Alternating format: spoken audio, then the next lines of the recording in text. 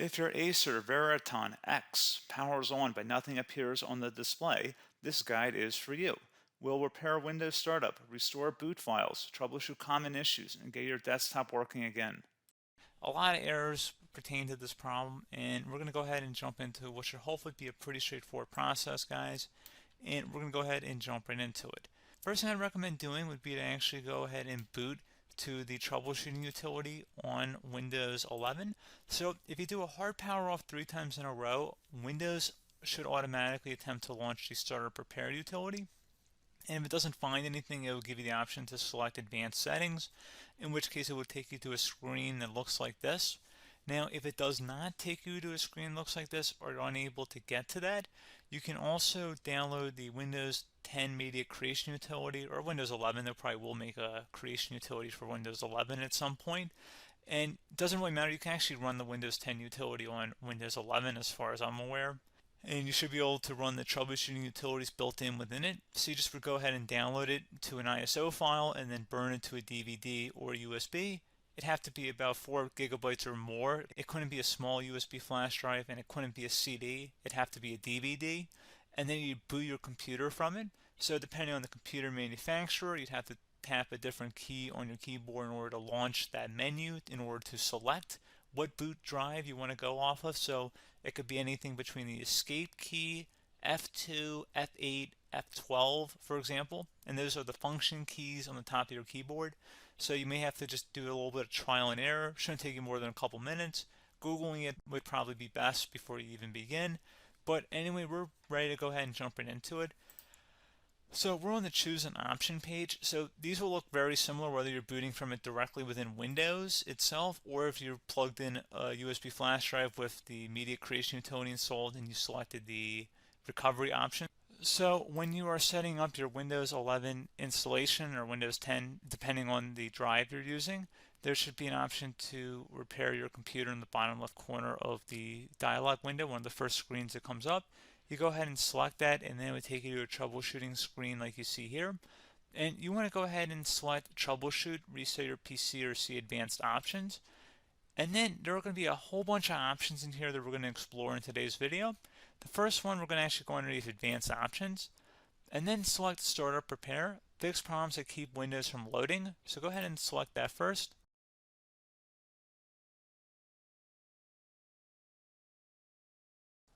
Okay, so you can see it cannot repair our PC. That was our first option we could try.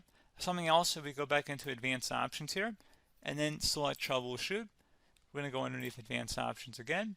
You can go ahead and actually access safe mode by selecting startup settings. And then if you select the restart button, you have the option on the screen select safe mode with networking, which will give you a key on the screen. It'll tell you which key to press to enter that. I believe it's the F7 key. It'll do that for you. I'm not going to go over that in today's tutorial because I don't really want to go into safe mode, but you're more than welcome to attempt that by going into here and then selecting restart. Again, it'll launch another screen. It'll say what key do you want to press, and it'll give you like 7 or 8 different options, and you want to select safe mode with networking. There's also an option for a command prompt too, but that's going to be something we're going to cover later in this video, and we don't even have to go through that in order to access it. So that's why I'm not going to really push for that, because unless you know exactly what's causing the problem, you probably don't need to go into safe mode. Unless you're trying to recover files, in which case then you definitely can go into safe mode, but we're trying to actually recover our computer here. So I hope that makes sense. Something else we can also try here as well would be to uninstall updates, remove recently installed quality or feature updates from Windows. So if you go ahead and select that, you can uninstall the latest quality updates, which generally is the more day-to-day updates. Feature updates are the less regularly released ones, like the big ones. I would equate it to service packs in like Windows 7 and Windows Vista and Windows XP. So larger updates that occur once or twice a year at most. And the quality updates are more just a regular update. So probably obviously depend, it'll take longer if you're going to try and uninstall the latest feature update versus quality update. And maybe you don't need to go back that far. So just giving you guys a couple of pointers with that. Something else you can also look at here, and we're going to jump into the command prompt in a little bit, but you can select System Restore, which will use a restore point recorded on your PC to restore Windows. And this is something I would highly recommend here, guys. So select Next. Assuming you have a restore point saved on your computer, you go ahead and select the most recently created one, and you'll select next, and then you'll select the drive. You shouldn't actually have to select the drive. You can scan for affected programs, but we're going to keep it all default here, and then we're going to select finish. So once started, system restore cannot be interrupted. Do you want to continue?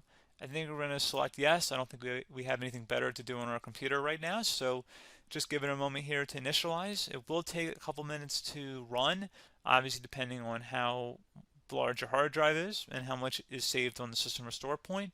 So just give it a couple minutes here.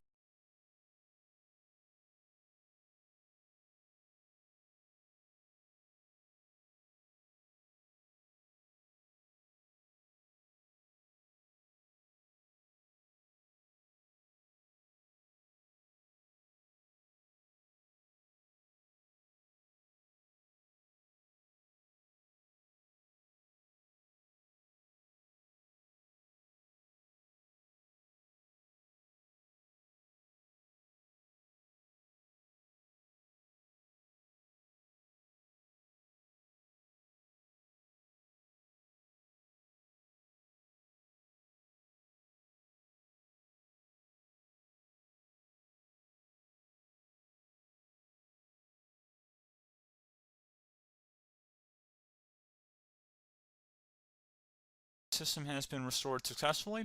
We're going to go over a couple different methods in addition to that if that did not work. So I'm just going to pause the video and we're going to start back on the recovery screen that we started with. Okay, so a couple other things we can try here too. If you go back into troubleshoot, you can select reset your PC, let you choose to keep or remove your personal files and then reinstalls Windows.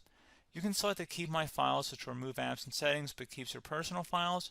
You can also select remove everything, which will remove all of your personal files, apps, and settings. So this is more of a factory reset, the second option here. First option, it should not delete all of your personal files. However, it will pretty much clear most of your programs, and keep in mind, there's no guarantee that your information, number one, is even still available and easily recoverable on your computer to the point that you actually would be able to recover anything. And the second point is that there's always a chance that it won't actually recover and it will just do a factory reset anyway. So there's no guarantee that actually would keep your files anyway. So I would recommend trying to get a recovery tool and backing that up first before selecting it anyway. But again, those are a couple different options. And then something else you can try here if you go back to the choose an option. Another option, if you go underneath choose an option and select troubleshoot, advanced options, and now select where it says command prompt. Okay, so the first thing we should do is type our main hard drive here. In most cases, it should be the C drive. So you just do a C colon and then hit enter on your keyboard. So once you're underneath the C drive, we're going to type in dir and then hit enter on your keyboard. It should have program files, users, and Windows all in there. That's how you know you're in the right directory.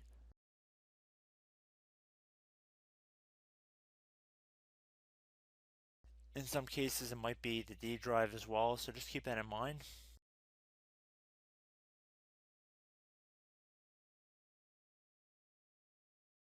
Next thing we're going to do is type in cd space / Windows / system 32 / config,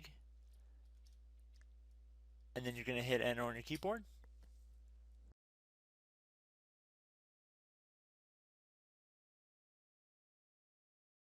So now you're going to type md space backup. If you've seen other tutorials, it might also say to put down md backup. That's because the backup name is pretty common when you want to back something up. So you can name this whatever you want, doesn't have to be backup. So if you've already made a backup folder in the past, you could do backup 1, for example. So once you're done setting the name that you want the backup to be called, hit enter on your keyboard again.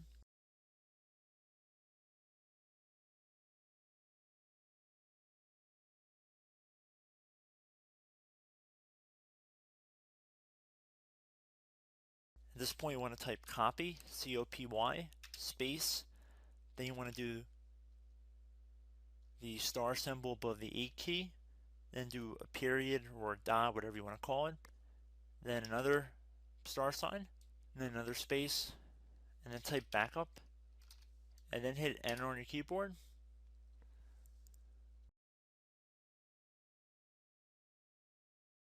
Now you want to type cd reg back, REG BACK, and then hit enter on your keyboard. So now that we are under the reg back, so now you want to type dir again and then hit enter.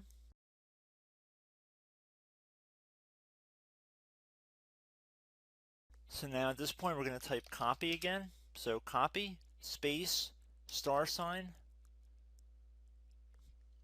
dot, another $sign, space, and then 2 dots.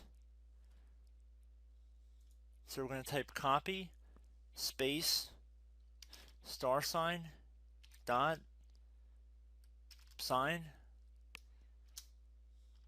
$sign dot dot, and then hit enter on your keyboard again. So for overwrite, you want to overwrite all. So type A on your keyboard, so capital A, and then hit enter on your keyboard.